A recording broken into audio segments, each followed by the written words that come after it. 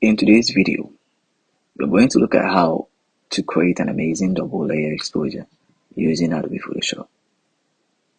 So to get started, with the quick selection tool selected, click on Select Subject. And once selected, click on the Layer Mask button. Click on Adjustment Layer button and then choose Solid Color.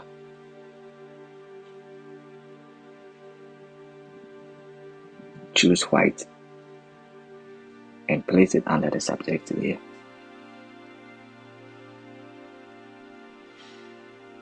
Now select the subject layer and drag and drop the second image you want to create, the double exposure with. And now adjust it to fit your preference. Now change the background color to that of the brightest color in the image.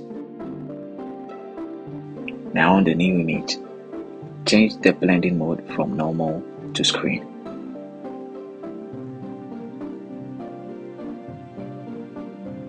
And now, to limit the subject layer, on Windows, hold Alt key, and on Mac, hold Option key.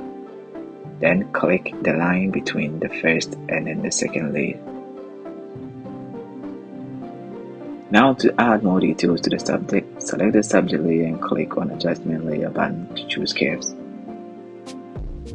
Move the right slider to the left, and then we don't want the shadow to fade away. So with that one too, we're going to move the left slider to the right side. And now, we want the second image to fade away. So select the Mask Layer button, pick the brush to black as the foreground, and gradually erase the end.